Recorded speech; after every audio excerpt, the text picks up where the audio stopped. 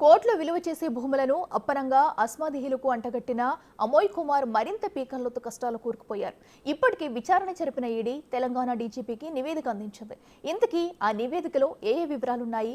ఆ వివరాల కారణంగా అమోయ్ కుమార్కు వచ్చే చిక్కులేంటి? భూదాన్ భూముల వ్యవహారంలో కీలక పరిణామం. కేసులు పెట్టి కొత్తగా ఎఫ్ఐఆర్ నమోదు చేయాలన్న ఈడీ. డీజీపీకి రిపోర్ట్ ఇచ్చిన ఎన్ఫోర్స్మెంట్ అధికారులు. భూదాన్ భూముల వ్యవహారంలో మరింత ఇరుక్కుపోయారు ఐఏఎస్ అమోయ్ కుమార్. ప్రభుత్వ భూదాన్ భూములను అప్పనంగా తక్కువ ధరకే ప్రైవేటు వ్యక్తులకు అప్పజెప్పారని ఆరోపణలు ఎదుర్కొంటున్నారు మాజీ ఐఏఎస్ అధికారి అమోయ్ కుమార్. ఇప్పటికే ఈ కేసులో ఈడీ విచారణ ముగిసింది. భూ బదలాయింపు లావాదేవీల్లో అనేక అక్రమాలు జరిగినట్లుగా గుర్తించింది ఈడీ. మాజీ కలెక్టర్ అమోయ్ కుమార్ పై కేసు నమోదు చేయాలని రిఫర్ చేస్తూ డీజీపీ జితేందర్ కు నివేదికను సమర్పించింది. బాధితులు గతంలో సైబరాబాద్, రాచకొండ పోలీస్ కమిషనర్లకు ఫిర్యాదు చేసినా పట్టించుకోలేదని, దీంతో ఇప్పుడు తమను కలిసి కంప్లైంట్లు ఇచ్చారని నివేదికలో తెలిపారు.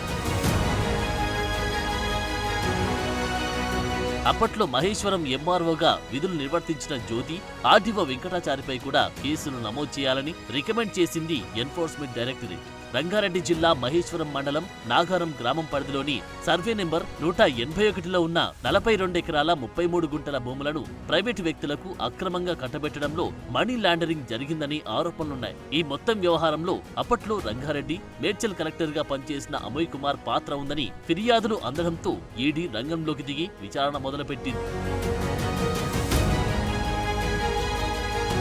మేడ్చల్ జిల్లాలోనూ అమోయ్ కుమార్ కలెక్టర్గా పనిచేస్తున్న సమయంలో లావాదేవీలపై బాధితులు ఈడీ అధికారులకు ఫిర్యాదు చేశారు. దీంతో అమోయ్ కుమార్ ను ఈడీ ఇప్పటికే పలుసార్లు విచారించింది. కోట్ల విలువైన 42 ఎకరాల భూమిని మార్కెట్ ధర కంటే చౌకగా ఇతరులకు ఎందుకు కేటాయించారనే దానిపై విషయాలను రాబట్టింది. వారిచ్చిన స్టేట్మెంట్ ఆధారంగా అప్పటి ఆర్డీఓ వెంకటాచారి కూడా నోటీసులు జారీ చేసి విచారించారు. మొత్తంగా రంగారెడ్డి, మేడ్చల్, మల్కజ్గిరి భూ ఆక్రమణలపై ఈడీ పూర్తి ఆధారాలు సేకరించి డీసీపీకి నివేదికను సమర్పించింది. మరోవైపు తమ భూముల వ్యవహారంలో అక్రమ లావాదేవీలపై భూదాన్ బోర్డు కూడా స్పందించింది. తహసీల్దార్ జ్యోతితో పాటు మరో 4గురికి బోర్డు ఇవాళ నోటీసులు జారీ చేసింది.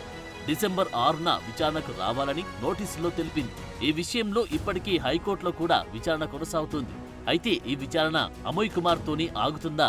ఆయన వెనకుండి కథ నడిపించిన వారి జాతకాలు కూడా బయట పెడతారా లేదా అనేది చూడాలి.